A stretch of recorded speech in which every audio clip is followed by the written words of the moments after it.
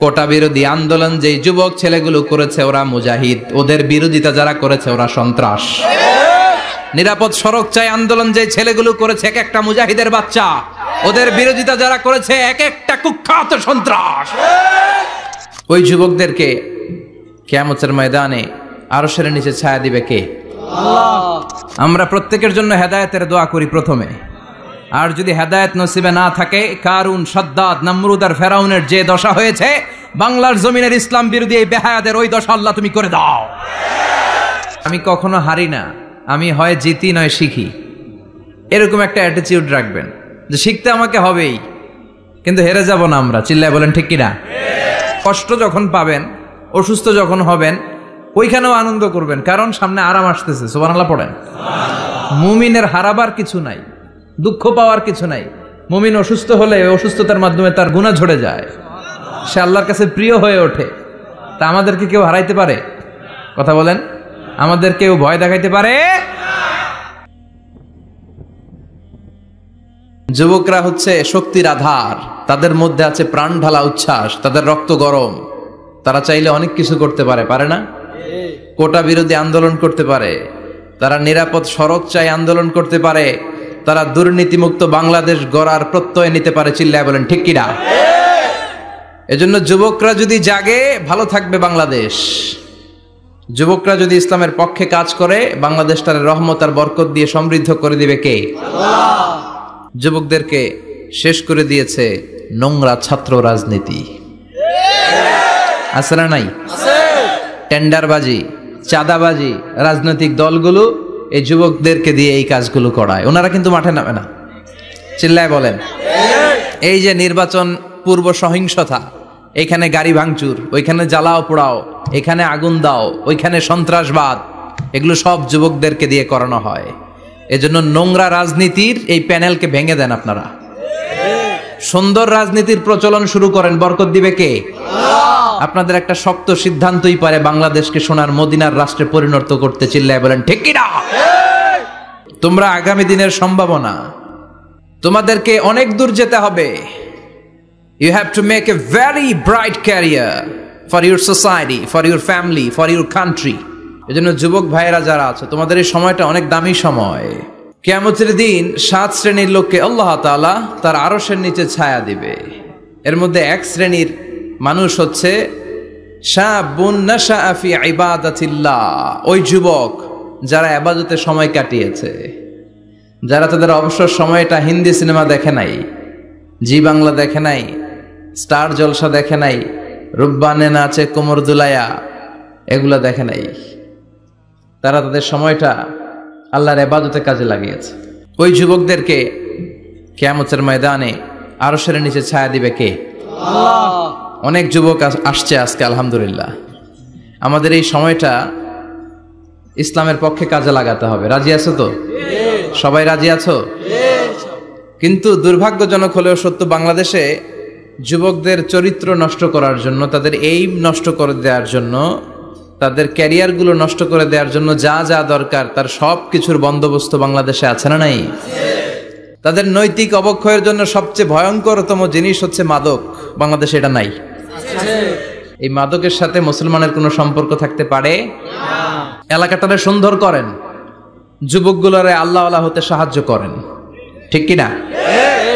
ফেরাউনের মতো এত কুখ্যাত ইন্টারন্যাশনাল সন্ত্রাসী, এই সন্ত্রাসীটাও খেয়াল রাখবেন, নবীদের সাথে যারা বিরোধিতা করেছে তারা সন্ত্রাস, আর নবীরা ছিল মুজাহিদ। চিল্লায় বলেন ঠিক কিনা? তার মানে বিশ্বনবী ছিলেন মুজাহিদ। এবার সন্ত্রাসীটার নাম বলেন আবু জাহেল। মুসা আলাইহিস সালাম ছিলেন মুজাহিদ, তাহলে সন্ত্রাসটার নাম বলেন। ইব্রাহিম আলাইহিস সালাম ছিলেন মুজাহিদ, তাহলে সন্ত্রাসটার নাম বলেন। তার মানে হকের পক্ষে যারা তারা সবাই মুজাহিদ, আমরাও মুজাহিদ। চিল্লায় বলেন ঠিক কিনা? কল্যাণের কথা যারা বলে তারা মুজাহিদ, অন্যায়ের দিকে যারা ডাকে তারা সন্ত্রাস। কোটা বিরোধী আন্দোলন যেই যুবক ছেলেগুলো করেছে ওরা মুজাহিদ, ওদের বিরোধিতা যারা করেছে ওরা সন্ত্রাস। নিরাপদ সড়ক চাই আন্দোলন যে ছেলেগুলো করেছে এক একটা মুজাহিদের বাচ্চা, ওদের বিরোধিতা যারা করেছে এক একটা কুখ্যাত সন্ত্রাস। এজন্য হকের পক্ষে যারা থাকবে, ইসলামের পক্ষে যারা থাকবে, ন্যায় নীতি সাম্যের পক্ষে যারা থাকবে তারা মুজাহিদ, বাই ডিফল্ট এগুলো মুজাহিদ। চিল্লায় বলেন ঠিক কিনা? আর বিরোধিতা যারা করবে সন্ত্রাস। যে জমিনে আল্লাহু আকবার ধ্বনির সাথে সূর্য উঠে যায়, আল্লাহু আকবার ধ্বনির সাথে সূর্য ডুবে যায়, সে দেশে আর কিছু থাকবে না, থাক ইসলাম থাকবেই। আর কিছু থাকবে না, থাক কোরআন থাকবেই। এদেরকে প্রশ্রয় দিলে এরা বলে মসজিদ বন্ধ করো, মাদ্রাসা বন্ধ করো, কয়দিন পরে বলবে আজান বন্ধ করো, এরপরে আবদার তুলবে দাড়ি রাখা বন্ধ করো, তারপরে বলবে মুসলমানদের নাম রাখা বন্ধ করে দাও। এজন্য এই আবদার শুনতে মুসলমানরা রাজি নয়। চিল্লায় বলেন ঠিক কিনা? এদেরকে প্রতিহত করতে রাজি আছে মুসলমান?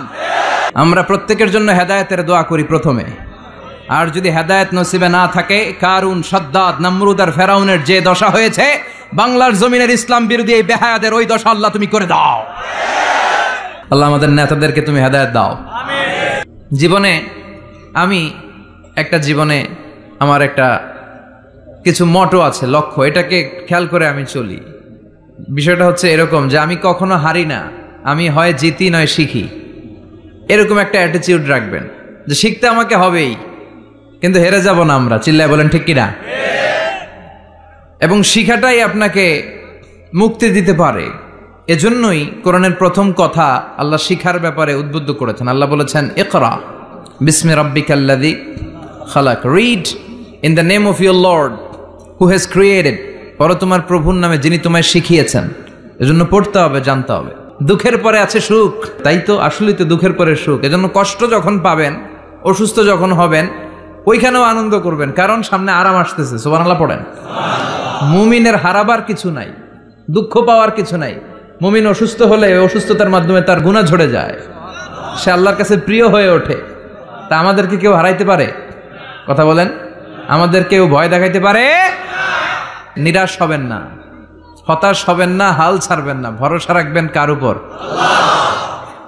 মুমিনরা নিরাশ হয়, হতাশ হয়, হাল ছাড়ে নাকি ভরসা রাখে? কার উপর ভরসা? কার উপর? না নৌকার উপর? ধানের শীষ, নাঙ্গল, হাত পাখা, দাড়িপাল্লা, ভরসা থাকবে একজনের উপর। চিল্লায় বলেন তিনি কে? Never be sad, never lose hope. Every time you feel like you cannot go on, you feel so lost that you are so alone. Don't despair and never lose hope, 'cause Allah is always by your side. Insha'Allah, Insha'Allah, Insha'Allah, you'll find your way. Insha'Allah, Insha'Allah, you'll find a way. ঠিক কি না? কি সুন্দর নসিব। Never lose hope, you will find your way. তুমি তোমার পথ খুঁজে পাবে। আমাদেরকে পথ দেখায় কে? আল্লাহ। এজন্য সূরাতুদ দুহার কেন্দ্রীয় আলোচ্য বিষয় হচ্ছে হতাশ হওয়া যাবে না।